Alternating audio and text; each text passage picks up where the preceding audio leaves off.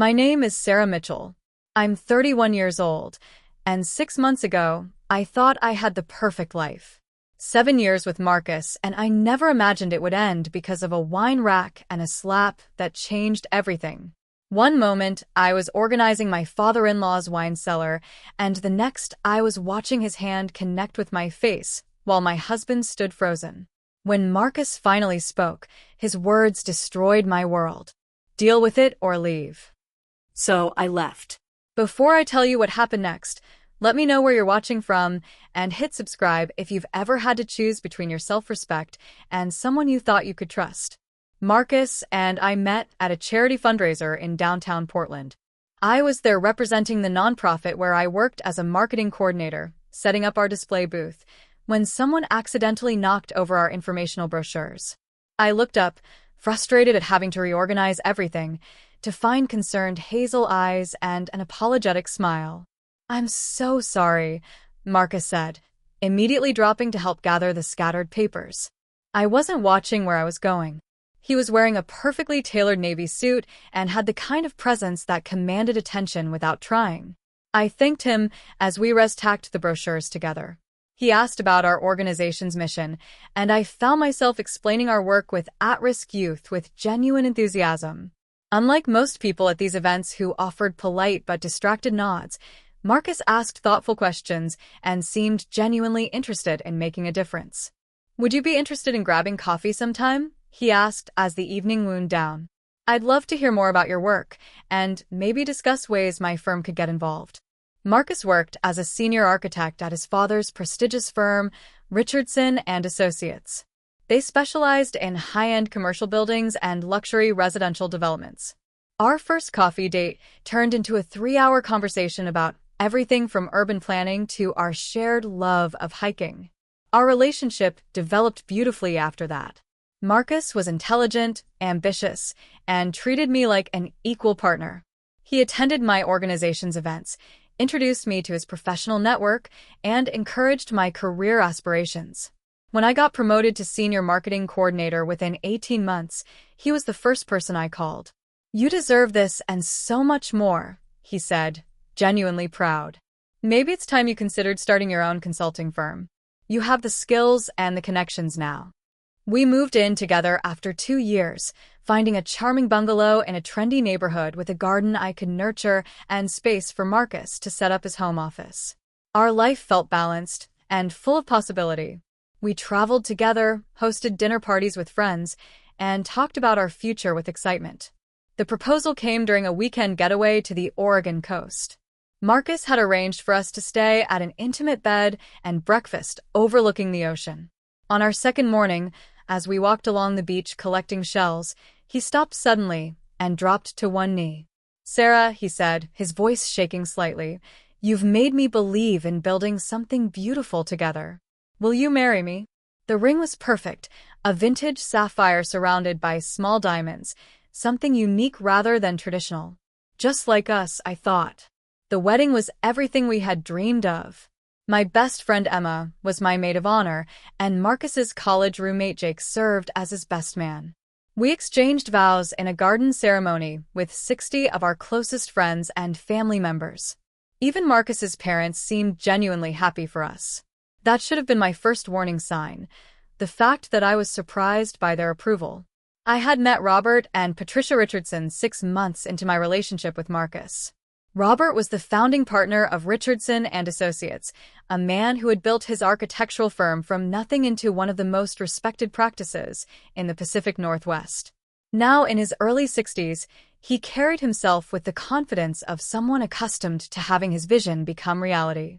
Patricia was his perfect complement, elegant, well-connected in Portland's social circles, and deeply involved in various cultural organizations. She served on the boards of the Art Museum and the Symphony, positions that came with both prestige and expectations. Our first dinner at their sprawling home in the West Hills was formal but pleasant. The house itself was a masterpiece of modern architecture, all clean lines and floor-to-ceiling windows showcasing panoramic views of the city below. Everything was carefully curated, from the museum-quality art collection to the precisely arranged furniture that looked beautiful but didn't invite relaxation. Robert dominated the conversation, describing recent projects and sharing stories about influential clients.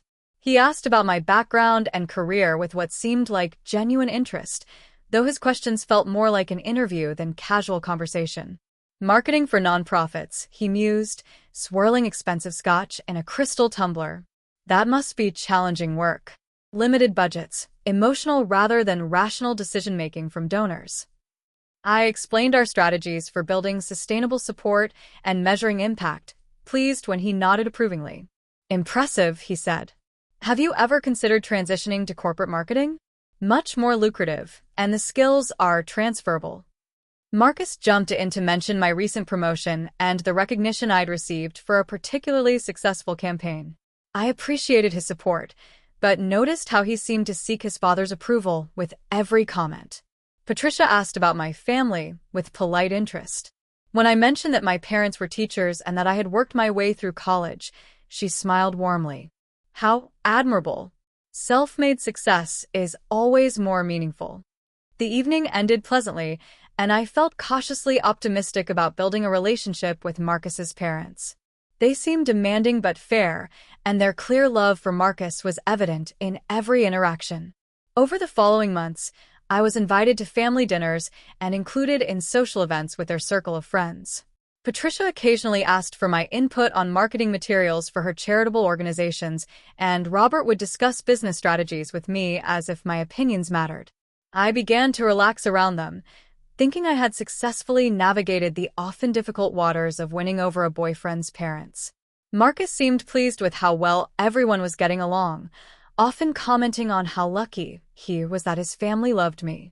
Looking back, I realized I was seeing what I wanted to see rather than what was actually happening. The signs were there, subtle corrections about my clothing choices, gentle suggestions about more appropriate career paths, comments about other young women who had married well and focused on supporting their husbands' careers. But they were delivered with such polish, wrapped in apparent concern for my well-being, that I interpreted them as efforts to help me fit into their world rather than pressure to change who I was. The first real crack in the facade came during our engagement party. Marcus and I had initially wanted something casual, a backyard barbecue with close friends and family. But Patricia insisted on hosting an elegant cocktail party at their home. This is an important milestone, she explained when I suggested our original plan might be more our style. Marcus's professional relationships matter, and people will expect a certain level of sophistication. I agreed, wanting to start our engagement on a positive note with his parents. The party was beautiful, catered appetizers, professional bartenders, live music, and a guest list that read like Portland's social register. I wore a navy dress that Patricia had helped me select, trading my usual colorful style for something she deemed more appropriate for the occasion. The evening was going well until I overheard a conversation between Patricia and one of her friends near the bar. She's lovely, the friend was saying, but quite different from what I expected from Marcus. We're hopeful, Patricia replied carefully. She has potential, but she'll need guidance. The nonprofit world doesn't really prepare someone for this level of society. We're working on getting her interested in more suitable pursuits. My stomach dropped. I stepped back, hoping they hadn't seen me, but the damage was done. I was a project to be improved, not a person to be accepted. When I mentioned a conversation to Marcus later that night, he was dismissive. Mom doesn't mean anything by it. She just wants you to feel comfortable in our social circle. You know how important appearances are in Dad's business. Important enough that I need to change who I am? I asked. You're not changing who you are, Marcus said, pulling me close. You're just adapting. That's what people do when they love each other. I wanted to believe him, but doubt had taken root. The wedding planning process revealed more concerning patterns. Every decision seemed to require Patricia's approval, the venue, the flowers, the menu, even my dress. When I expressed preferences that differed from hers, Marcus would gently suggest we consider his mother's perspective. She has experience with these kinds of events, he would say. She knows what works. Gradually, I found myself deferring to Patricia's judgment more often than asserting my own preferences. It was easier than arguing, and I told myself that as long as Marcus and I were happy, the details didn't matter. Our honeymoon was wonderful. 2 weeks in Italy, where we could just be ourselves without external pressures. But returning to real life meant returning to the subtle campaign to reshape me into their ideal daughter-in-law. The suggestions became more frequent and less subtle. Patricia would mention job openings at prestigious companies where someone with my skills might thrive. Robert would share stories about successful women who had found fulfillment supporting their husbands' careers. They began including me in conversations about the importance of family legacy and continuing the Richardson name. Marcus will inherit the firm someday, Robert explained during one family dinner. It's a tremendous responsibility. He'll need a partner who understands the demands and can provide the right kind of support. When I asked what kind of support he meant, Robert smiled indulgently. Hosting clients, managing the social aspects of business, representing the firm at community events. Patricia has been invaluable to my success in that role. I glanced at Patricia, who nodded enthusiastically. It's incredibly fulfilling work, she assured me. Much more meaningful than what most career women achieve. These conversations made me uncomfortable, but Marcus seemed oblivious to their implications. When I raised my concerns, he would minimize them or suggest I was misunderstanding his parents' intentions. They're just trying to include you, he would say. They want you to feel like part of the family business. 2 years into our marriage, the pressure intensified. My nonprofit was going through budget cuts, and I was considering starting my own consulting firm as Marcus had originally suggested. But when I mentioned this plan during a family dinner, the reaction was immediate and negative. Now might not be the best time for such a risky venture, Robert said firmly. The economy is uncertain, and new businesses fail at alarming rates. Patricia nodded in agreement. Besides, Marcus is taking on more responsibility at the firm. He'll need your support more than ever. What kind of support? I asked, though I was beginning to understand their expectations. Well, Patricia began, there are client dinners, charity events, golf tournaments where spouses are expected to attend. It's really a full-time commitment if done properly. Marcus remained silent during this exchange, neither supporting my entrepreneurial ambitions nor defending his parents' assumptions about my role. That night, I confronted him directly. Your parents expect me to give up my career to become your social accessory. That's not how they see it, Marcus protested. They're offering you a chance to be part of something bigger than yourself. What if I don't want that chance? What if I want to build something of my own? Marcus looked genuinely confused. Why would you want to struggle with a startup when you could have security and respect as part of the Richardson legacy? His question revealed everything I needed to know about how he viewed my ambitions. They were hobbies to be indulged until real life, his family's expectations, took precedence. I began withdrawing from family gatherings, making excuses to avoid the monthly dinners and social events where I felt increasingly like a performer in someone else's play. Marcus was hurt and frustrated by my absence. They're trying to include you, he would say after each event I missed. Your attitude is creating unnecessary tension. My friends began expressing concern about the changes they saw in me. Emma, who had known me since college, was particularly direct. You're not yourself anymore, she said during one of our rare coffee dates. You used to be confident and decisive. Now you seem to question everything. I'm just trying to navigate a complicated family dynamic, I explained. By losing yourself in the process? Emma challenged. This isn't healthy, Sarah. I knew she was right, but I felt trapped between my desire to maintain my marriage and my need to preserve my identity. The solution, I thought, was to limit my exposure to situations where the conflict was most intense. But avoiding the problem only delayed the inevitable confrontation. The crisis came during what should have been a celebration. Marcus had just been promoted to senior partner at Richardson and Associates, achievement that represented years of hard work and dedication. Robert decided to host a dinner party to celebrate, inviting key clients and colleagues. This is a crucial evening for Marcus's career, Patricia explained when she called to discuss my outfit. First impressions matter enormously in our business. I agreed to attend, despite my growing discomfort with these formal events. Marcus was genuinely excited about his promotion, and I wanted to support him during this important milestone. The dinner was held at their Richardson home, with their formal dining room set for 16 guests. The table was adorned with fresh flowers, fine china, and what I knew was their most expensive crystal. Robert had selected wines from his prized collection, bottles he had been saving for special occasions.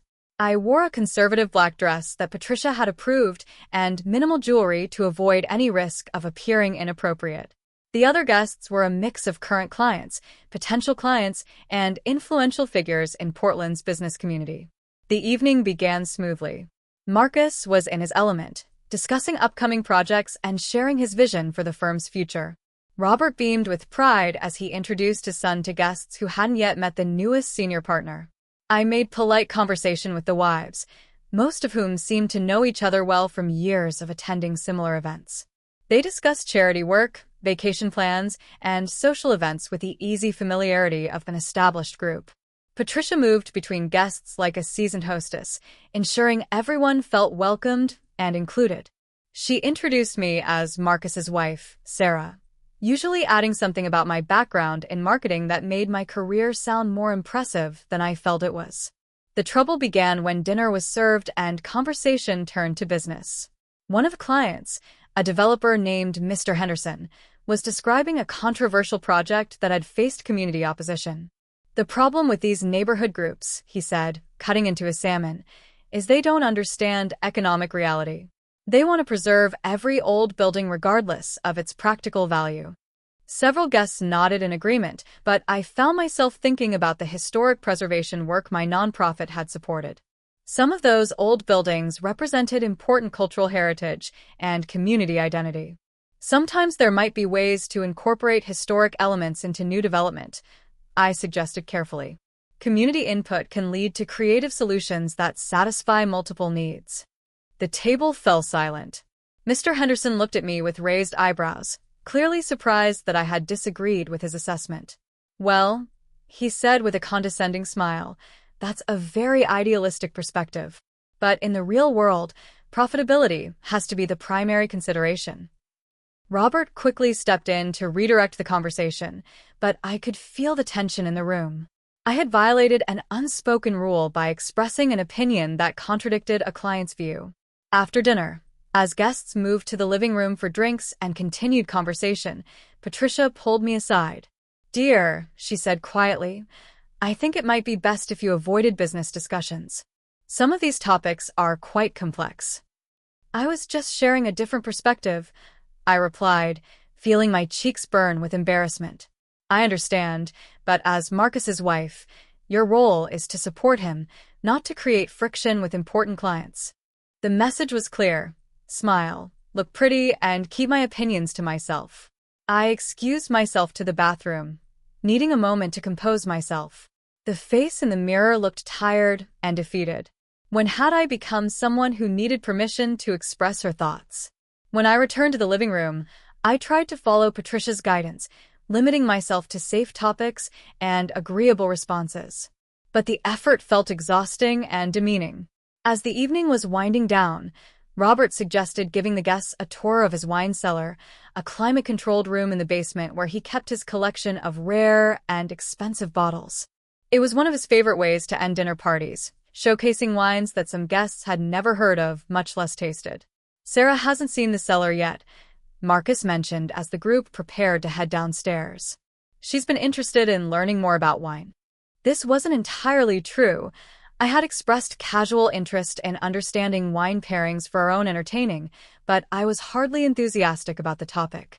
Still, I followed the group downstairs, grateful for any activity that didn't require careful monitoring of my conversation. The wine cellar was impressive, with temperature and humidity controls, custom wooden racks, and lighting designed to showcase the collection without damaging the bottles. Robert had organized everything meticulously, with sections for different regions and vintages.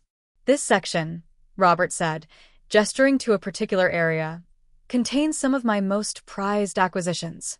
Some of these bottles are worth more than most people's cars." The guests murmured appreciatively as Robert shared stories about how he had acquired various bottles, often through exclusive auctions or connections with European vineyards. I was listening politely when Robert handed me a bottle to examine. This is a 1982 Bordeaux, he explained. Only 500 cases were ever produced. I took the bottle carefully, aware of its value and fragility. The label was elegant but understated, giving no hint of the price Robert had likely paid for it. The vineyard was destroyed in a storm the following year, Robert continued, so this vintage can never be replicated. As I moved to hand the bottle back to Robert, my sleeve caught on the edge of the wine rack. I felt the resistance and tried to compensate, but my movement was too quick and forceful. The bottle slipped from my grasp and crashed to the concrete floor, shattering into pieces and spreading dark red wine across the basement. The sound echoed in the suddenly silent room. Everyone stared at the broken glass and expanding puddle of wine that Robert had just described as irreplaceable. "Oh my God," I gasped, immediately dropping to my knees to try to gather the larger pieces of glass. "I'm so sorry. I don't know how that happened." Before anyone could respond, Robert's voice cut through the silence like a blade. "You clumsy, careless girl," he said, his face contorting with rage. "Do you have any idea what you've just destroyed?" I looked up from the broken glass, tears starting to form in my eyes. "Robert, I'm so sorry. It was an accident.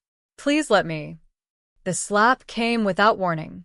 Robert's open hand connected with my left cheek with enough force to knock me sideways, my hands scraping against the broken glass as I tried to catch myself. For a moment, no one moved. The guests stood frozen in shock, several women gasping audibly. Marcus was staring at his father with wide eyes, his mouth slightly open. "Dad," Marcus finally said, his voice barely above a whisper. But Robert wasn't finished. "Look what you've done," he continued, his voice shaking with fury. 30 years I've been building this collection, and you destroy one of my most valuable bottles through your sheer carelessness." I pushed myself up from the floor, my cheek throbbing and my hands bleeding slightly from the glass. The humiliation was worse than the physical pain. Being struck in front of a room full of people, treated like a child who had broken something valuable. "Robert," one of the guests said uncomfortably, "perhaps we should." "No," Robert said sharply. "This is what happens when people don't respect other people's property. When they're too careless to handle valuable things properly." I looked at Marcus, waiting for him to say something, to defend me, to express outrage at his father's behavior. But he remained silent, his face pale and confused. "I think we should call an evening," Patricia finally said, her voice artificially bright as she moved toward the stairs. "Thank you all so much for coming to celebrate Marcus." The guests filed out quickly, clearly uncomfortable with what they had witnessed. I heard hushed conversations as they retrieved their coats, but no one approached me or offered any support. Marcus and I were among the last to leave. As I gathered my purse and coat, my hands still shaking from the encounter, Patricia pulled me aside. "I hope you understand how upset Robert is," she said quietly. "That bottle meant a great deal to him." I stared at her in disbelief. "He hit me, Patricia." "He was angry," she replied, as if that explained and justified everything. "You have to understand, some of those bottles are irreplaceable. He's worked his whole life to build that collection. So, that gives him the right to hit me?" Patricia looked uncomfortable. "Perhaps if you apologize sincerely, explain that you understand the significance of what happened, Robert might be willing to put this behind us." I realized with growing horror that she was serious. She expected me to apologize for being assaulted because I had accidentally broken something valuable. The drive home was conducted in tense silence. I sat in the passenger seat holding a tissue to my cheek, which was swelling slightly, while Marcus gripped the steering wheel and stared straight ahead. When we finally reached our house, I was the first to speak. "Your father hit me, Marcus." "I know," he said quietly. "He was angry about the wine. So that makes it okay?" Marcus ran his hands through his hair, a gesture I recognized as his way of avoiding difficult conversations. "You know how important that collection is to him. Some of those bottles are worth tens of thousands of dollars. And that justifies assault." "It wasn't assault," Marcus said defensively. "He was upset and reacted badly. It's not like he really hurt you." I touched my swollen cheek. "He didn't really hurt me?" You know what I mean. It wasn't serious. Dad's just passionate about his collections. I stared at my husband, this man I had loved and trusted for 7 years, and realized I was looking at a stranger. Or perhaps I was finally seeing clearly who he had always been. Your father struck me in front of a room full of people, and you're defending him. I'm not defending him, Marcus protested. I'm just saying you need to understand his perspective. That bottle was irreplaceable. So am I said quietly. Marcus looked at me as if I was being unreasonable. Look, Dad, overreacted. But you have to admit, you were careless. Maybe if you hadn't been so focused on proving your point earlier with Mr. Henderson, you would have been more careful with the bottle. The blame shifting was breathtaking. According to Marcus, I was responsible for his father's violence because I had disagreed with a client's opinion and then accidentally broken something valuable. I want your father to apologize, I said firmly. Marcus laughed bitterly. That's never going to happen. Dad doesn't apologize, especially not when he thinks he was justified. Then I want you to defend me. I want you to tell your father that hitting me was unacceptable regardless of how angry he was. That would just make things worse, Marcus said. Dad's already upset about the wine. If I confront him about his reaction, it'll create even more family drama. Family drama. That's how he characterized his father's assault on his wife. So, what exactly are you suggesting? I asked. Marcus was quiet for a long moment. When he finally spoke, his words changed everything between us. I think you need to apologize to Dad, and then we all need to move past this. These kinds of incidents happen in families. The important thing is not to let it destroy relationships. These kinds of incidents? I repeated. You mean assault? I mean misunderstandings that get blown out of proportion. I felt something break inside me, not my heart, exactly, but my last illusion about the man I had married. Marcus, I said slowly, I am not going to apologize to your father for being hit. And if you can't understand why that's wrong, then we have a much bigger problem than a broken wine bottle. Marcus's expression hardened. Fine. If that's your attitude, then maybe you should think about whether you really want to be part of this family. What is that supposed to mean? It means either you deal with this like an adult, or maybe we need to reconsider our situation. The ultimatum hung in the air between us. I had a choice: accept abuse and apologize for being a victim, or lose my marriage. Is that a threat? I asked. It's reality, Marcus said. I can't be married to someone who's constantly at war with my parents. If you can't find a way to get along with them, then this isn't going to work. I looked at this man who had just given me an ultimatum after his father had assaulted me, and I made my decision. You're right, I said calmly. This isn't going to work. Marcus looked shocked, as if he hadn't expected me to call his bluff. You don't mean that. I do mean it. I deserve better than this.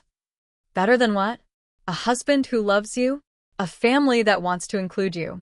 A family that hits me when I make mistakes, and a husband who defends them for it. Marcus was quiet for a moment, then his expression shifted to something I had never seen before: cold calculation.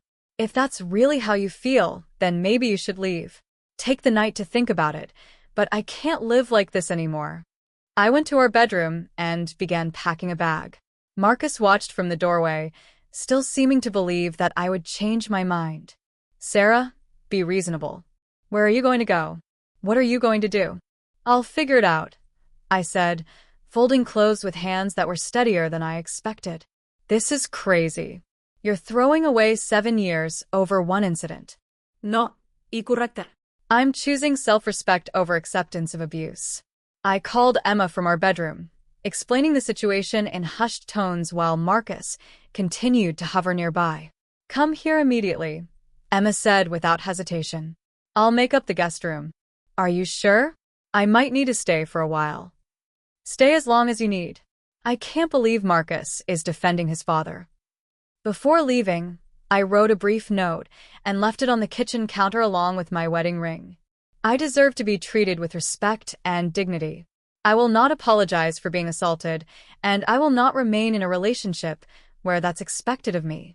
Don't contact me until you're ready to acknowledge that what your father did was wrong and unacceptable.